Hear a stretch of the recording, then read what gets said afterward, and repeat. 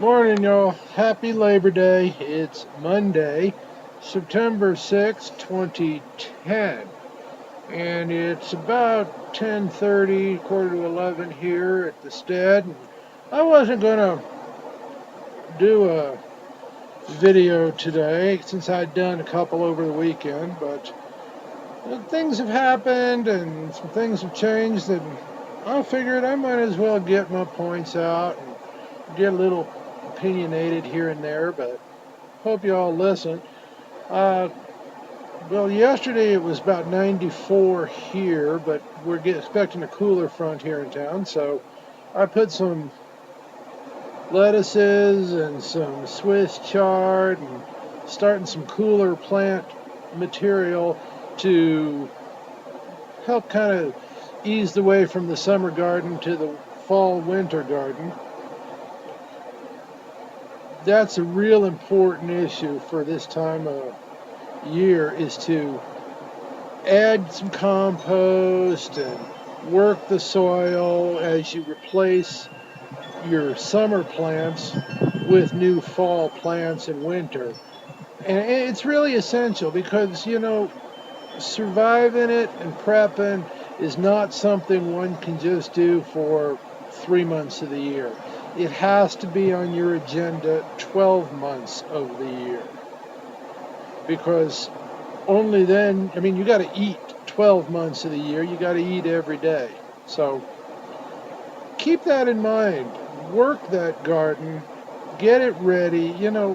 I have old windows that I use for the fall, winter when it gets to be cold, that I can just put over the raised beds. And I'll show them to you in a video eventually as we get closer to that time of year. But I collect old windows and things, and they work really nice to put them over the raised beds. And that way you'll have fresh greens for the fall. I like having, go out on Thanksgiving morning and pick my salad right out of the yard. And I was able to do it a little bit last year, and I'm thinking I'll be able to do it even more this year.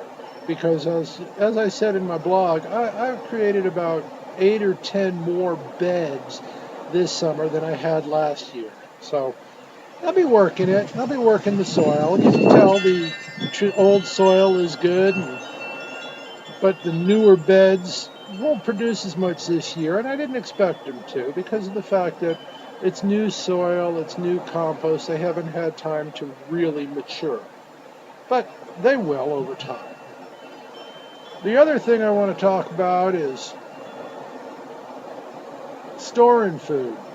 Read articles this weekend about food prices going up 6%, 7%, 10%, wheat embargoes in Russia causing this, and that, and this. And you still got the clearance racks, you still got the sales rack. Just keep your eyes open. It's like that plum tree I talked about in an earlier post. That thing's still producing. There's hundreds of pounds over there. I went by there this morning, picked another 10, 15 pounds of plums for the kids. Don't mind me. But you gotta keep these things in mind when you're out there living your life. Hit the clearance racks.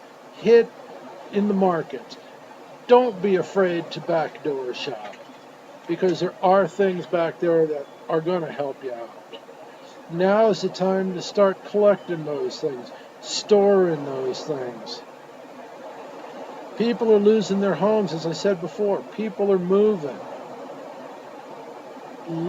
Take what they have. Take their excesses that they leave behind. Don't be afraid to look dumb, because, looking dumb when it's 10 below zero and you got a freezer full of food and you've got storage bins full of stuff and people can't get out and go anywhere, who's going to look like the fool then?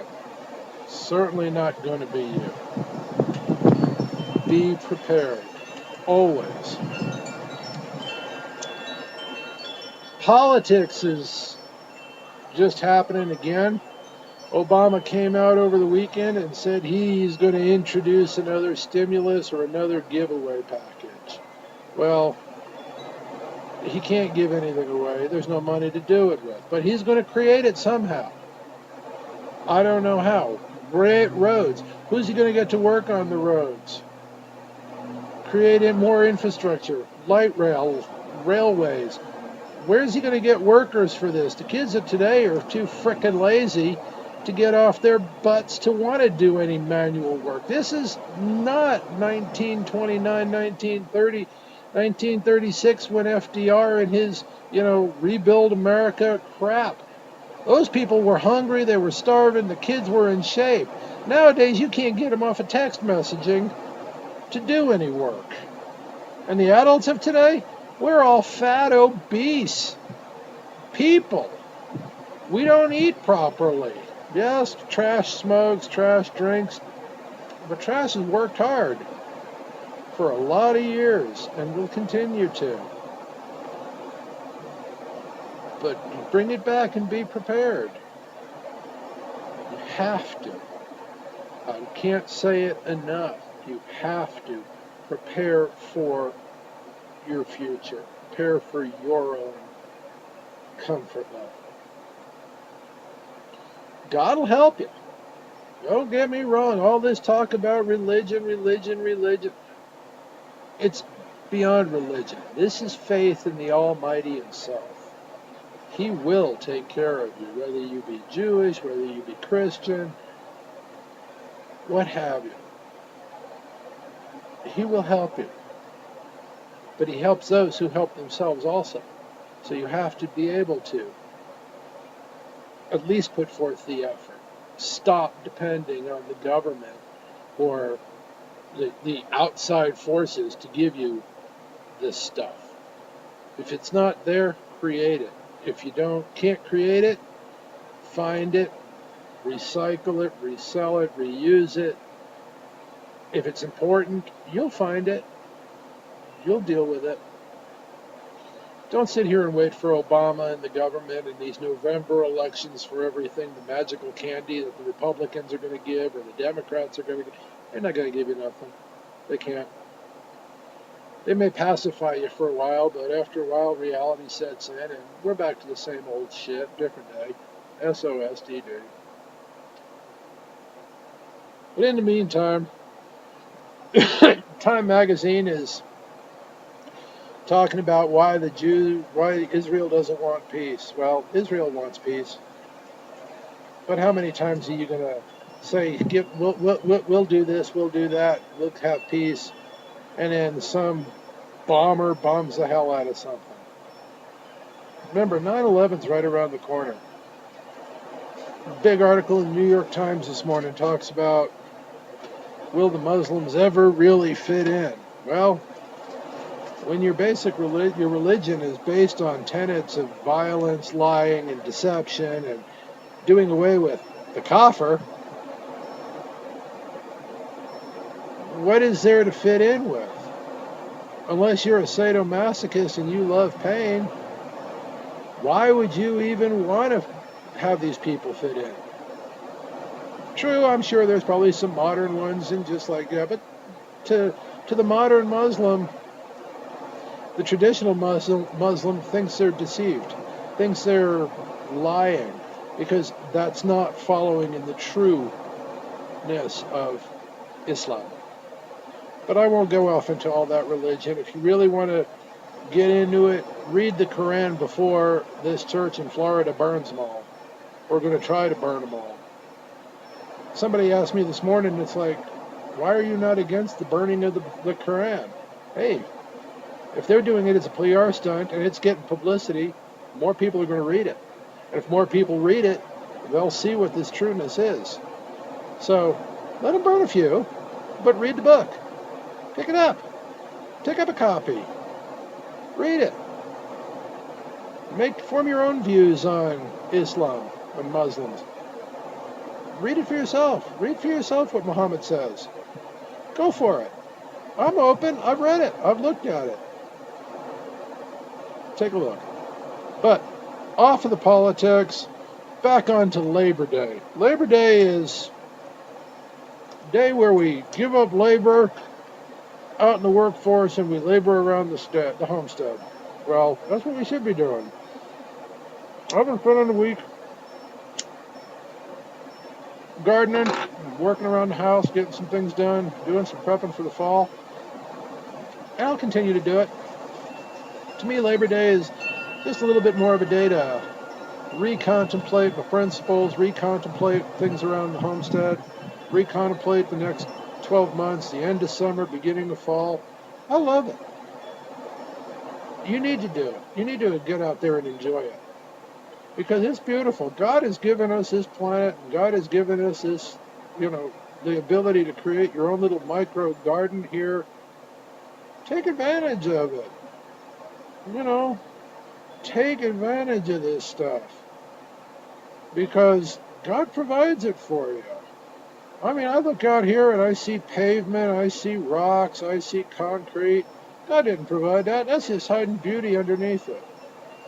So, just try and recreate the world that God wants you to have. And enjoy it. And thrive in it. Watch it thrive. Help it grow. All that politics and all that crap, it'll all take care of itself. It'll all work out in the end. As long as you're self-dependent on yourself, you'll survive it. Get in that mindset. Keep that mindset with you as you go through the day, go through the next week or two. Keep that mindset in. What can I do to make my life better? What can I do to keep providing a sustainable life for my family, even if times get tough? What can you do? And go out and do it. This trash, have a good Labor Day.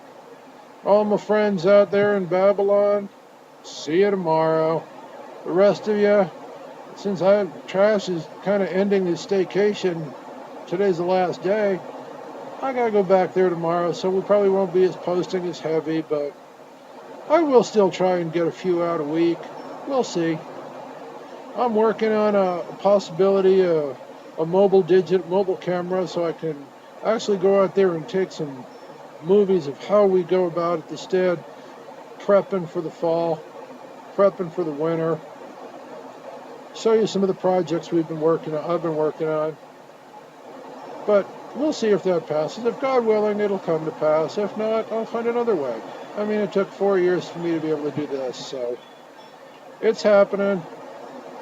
It's going to get better.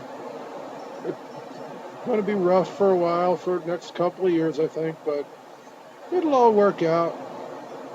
Like the wise man once said, the more things change, the more things stay the same. Have a good day. Talk later.